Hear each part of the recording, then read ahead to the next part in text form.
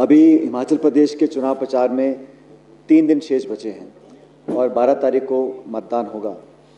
पिछले कुछ दिनों से हिमाचल प्रदेश में तमाम ज़िलों में हम लोगों ने सभाएं करी हैं और जो जनमानस का एक फीडबैक हमको मिल रहा है और जो रिस्पांस लोगों का, कार्यकर्ताओं का, मतदाताओं का है वो बहुत ही इनकरेजिंग है।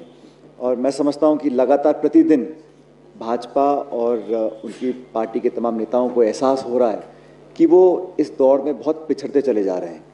वो मैं इसलिए कह रहा हूं कि बीजेपी की सरकार को 5 साल यहाँ पर हुए शासन में आए और सरकार बनने के बाद केंद्र में भाजपा की सरकार रही, यहाँ पे भाजपा की सरकार रही, लेकिन 5 सालों में मुख्यमंत्री जी, उनके तमाम मंत्रियों ने जो वादे किए, जो काम किए, बहुत अंतर है उसके अंदर।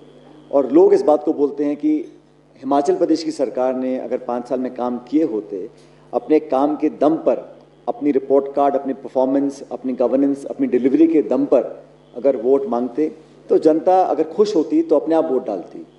अब हो ये रहा है कि इस छोटे से राज्य में लगभग प्रतिदिन प्रधानमंत्री जी, गृह मंत्री जी, रक्षा मंत्री जी और आज कई सभाओं को उत्तर प्रदेश के मुख्यमंत्री जी संबोधित कर रहे हैं। तो अगर मुख्यमंत्री उनके काम पर इतना कॉन्फिडेंस बीजेपी को होता तो शायद इतने बड़े नेता रोज इस प्रकार से अपना टाइम, अपने संसाधन ज़ाय ना करते। तो it's a definite indication that the BJP is on a back foot in terms of performance. दूसरा, मैंने एक नोटिस किया जो कल बीजेपी ने शायद संकल्प पत्र नाम से एक डॉक्यूमेंट रिलीज़ किया, वो एक बहुत ही कवर अप जॉब टाइप मुझे लगा कि उसमें कहीं पर भी वो कॉन्फिडेंस लोगों को इंस्पायर करने में बिल्कुल फेल हुए कि हम कुछ कर सकते हैं। सबसे बड़ा मुद्दा उसमें ओपीएस का था, ओल्ड पेंशन स्कीम का। ना तो उसके लिए हाँ बोला है, ना बोला है, और अधर में लटका दिया उसको, क्योंकि वो जानते हैं कि वो अगर हाँ बोलते हैं उसको तो जो हमने पब्लिक को कमिटमेंट किया कांग्रेस पार्टी ने, हमको फॉलो करना पड़ेगा। और फिर अनेक राज्यों में जहाँ उनकी सरकार है वहाँ पे डिमांड आएगी, केंद्र सरकार से डिमांड आएगी, तो उन्हें उसको साइड स्टेप किया है। लेकिन उसको दरकरार भी नहीं कर सकते हैं क्योंकि ये जो डिमांड और ये मांग है, ये वादा जो है, ये जड़ पकड़ गया पूरे हिमाचल प्रदेश के अंदर। तो इससे पूरी तरह एक्सपोज हो चुके हैं कि इस मुद्दे पर जो पब्लिक ने हमारे वादे को, हमारे मैनिफेस्टो को, एक महत्वपूर्ण अंश को लोगों ने बहुत सहर्ष स्वीकार किया था, उसको वो अब नकार नहीं सकते हैं। इसलिए बहुत फंस गए हैं, ना हाँ बोल पा रहे हैं, ना बोल पा रहे हैं।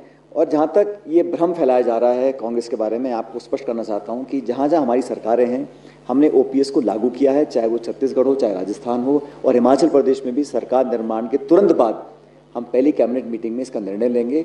और हमने जो कमिटमेंट्स किए हैं मैनिफेस्टो के माध्यम से, चाहे वो मासिक भत्ता महिलाओं के लिए हो 1500 रुपये का, 300 यूनिट बिजली फ्री की बात हमने करी है, 1 लाख नौकरियों की बात करी है। तो ये सब ऐसे पॉइंट्स हैं जो लोगों से हमने फीडबैक लेने के बाद अपने कमिटमेंट्स को तैयार किया और पूरा बैकग्राउंड रिसर्च करने के बाद किया है। जब कमी बनती है, जब भी बनी पहले, लोगों को एक विश्वास था। इस बार जो सरकार चली है भाजपा के नेतृत्व में, उससे बहुत लोग अपने आप को एक तरह से धोखा उनके साथ हुआ, मैं कहता हूँ।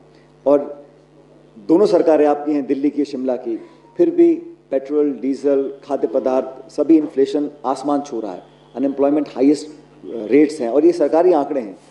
कुपोषण हो, अनेक ऐसे मुद्दे हैं सोशल इंडेक्सेस पे जहाँ पे भाजपा के दोनों सरकारें, जो डबल इंजन की सरकारें बोलते हैं, दोनों ही इंजन लगभग गड़बड़ा रहे हैं।